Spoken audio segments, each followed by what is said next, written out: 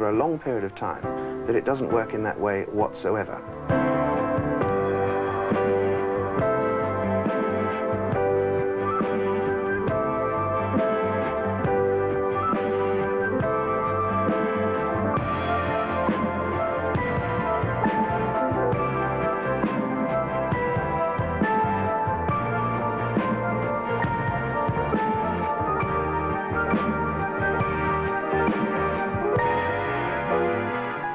Robert Godfrey studied at the Royal College of Music and the Royal Academy, but it is not the technical mastery of music that he considers important. I've since learnt that music is in fact a language which bypasses the intellect, and at its best is a spiritual language. It communicates directly with the inside. That's why it is able to stir up feelings and thoughts and create a kind of fertile medium within each person. We live in that kind of twilight zone, if you like, between the world of art, in inverted commas, and the world of the entertainer. Now, the two are different in this sense that entertainment is to do with getting to the top. If you want to be a successful entertainer, then not only do you have to be good at what you do, but there is a competitive nature. The artist, on the other hand, I think the artist exists purely for their art. I'm not interested in rivalry. I don't believe that art is a competitive thing. I don't even believe that art has a purpose, except in that particular way that each artist must use those gifts that the artist is given and not abuse them.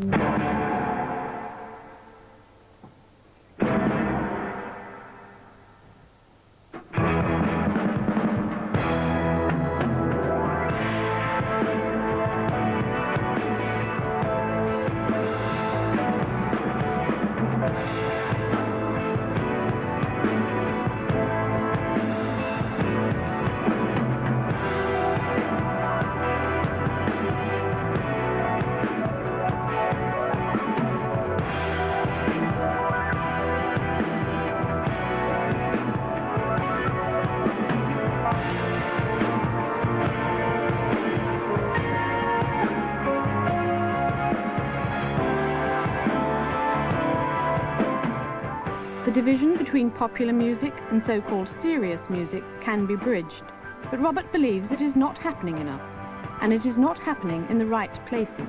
I'm afraid that is the sad case about many, but not all, of our musical institutions, and that they ought to take on board the whole of the musical spectrum, because there's a great deal of ability and talent and imagination which exists within the hearts and the minds of people involved in popular music.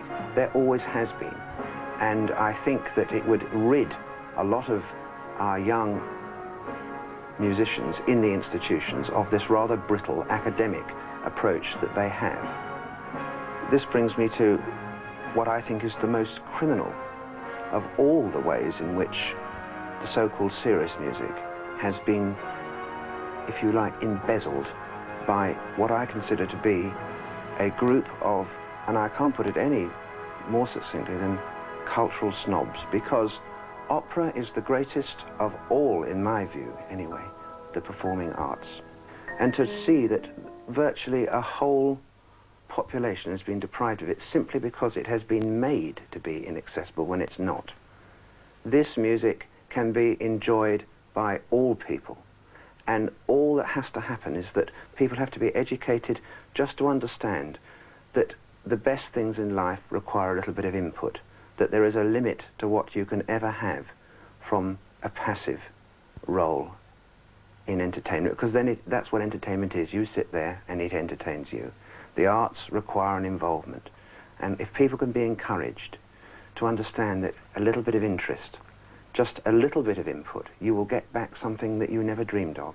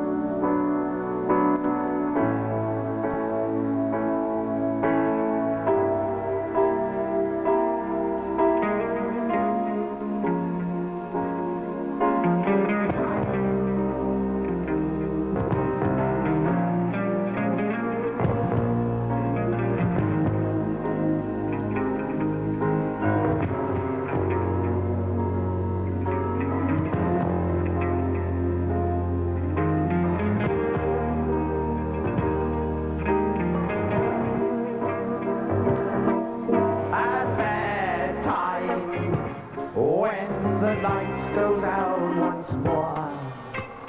Something wicked this way comes creeping soft across the floor. Don't you look now, it might be there.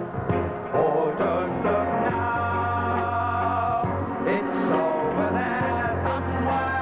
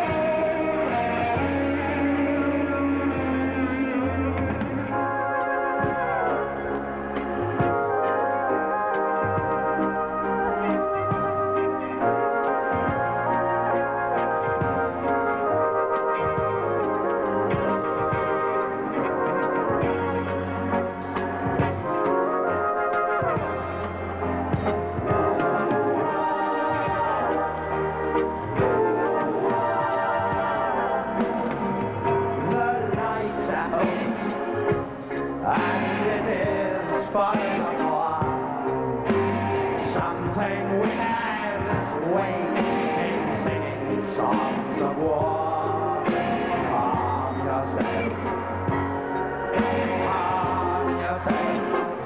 no need to fear, you're not another thing. I'm interested in communicating ideas. To be a success is to reach out across those footlights and touch people's lives with what you do. And I don't like to have it categorized in the way that I do it.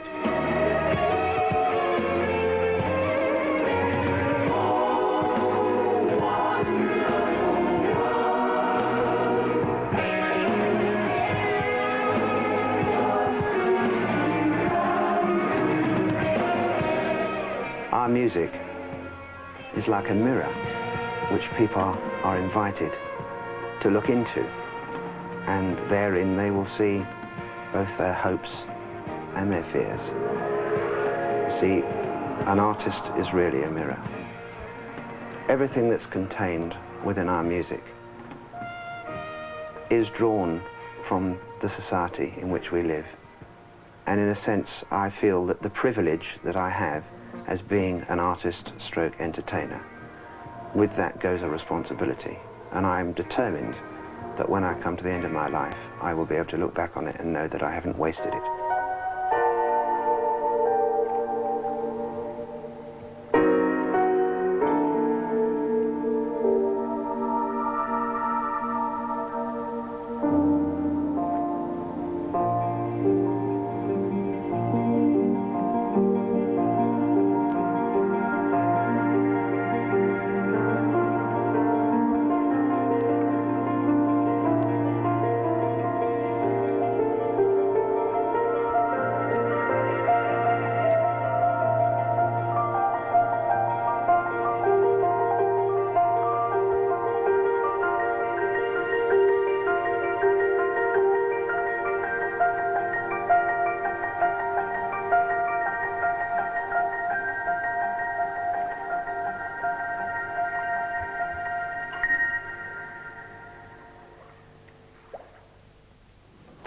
The Enid.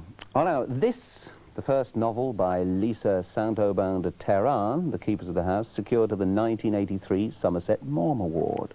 And this one, a second novel, Slow Train to Milan,